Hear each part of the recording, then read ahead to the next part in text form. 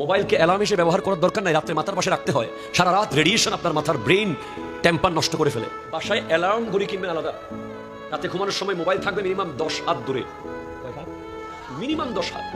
কারণ ইন্টারনেটের যে রেডিয়েশন এটা চলাফেরা করে। যদি মাথার পাশে, অনেকে তো বালিশের তলে মোবাইল রাখে, অনেকে মোবাইলের হেডফোন লাগাইয়া ঘুম। হাই হাই হাই হাই না। আজকে আমাদের যুবকরা অ্যাকর্ডিং টু সায়েন্স, ওনাকে জিজ্ঞেস করেন 20 বছর আগের কথা, উনি স্পষ্ট বলে দিবে। ইনি 30 বছর আগের কথা এখন একেবারে ফ্রেশ বলতে পারবে, কিন্তু এই প্রজন্মের যুবকরা 3 দিন আগের কথা বলতে পারবে না। কারণ স্মার্টফোন আমাদের ফ্রন্টাল পার্ট, যেটা মস্তিষ্কের, এটাকে প্রতিনিয়ত ক্ষয় করে ফেলছে। জেহেন চলে যাচ্ছে, জেহেন কমে যাচ্ছে, মনে থাকার শক্তি কমে যাচ্ছে। শর্ট টাইম মেমোরি থেকে লং টাইম মেমোরিতে পড়ালেখাগুলো যাচ্ছে না। মোবাইলকে বলতে হবে, কি বলবেন আজকে থেকে, তুই আমার কন্ট্রোলে, আমি তোর কন্ট্রোলে না। হাত ঘড়ি ইউজ করবেন, ইউজ করবেন। আমি শুধু এটা ইউজ করি, এটার দিকে যেন তাকাইতে না হয়। ঘড়ি না থাকলে মোবাইলে তাকাইতে হয় না টাইম দেখার জন্য। তাহলে ডেলি 50 বার তাকানো বন্ধ হয়ে গেছে ঘড়ির কারণে।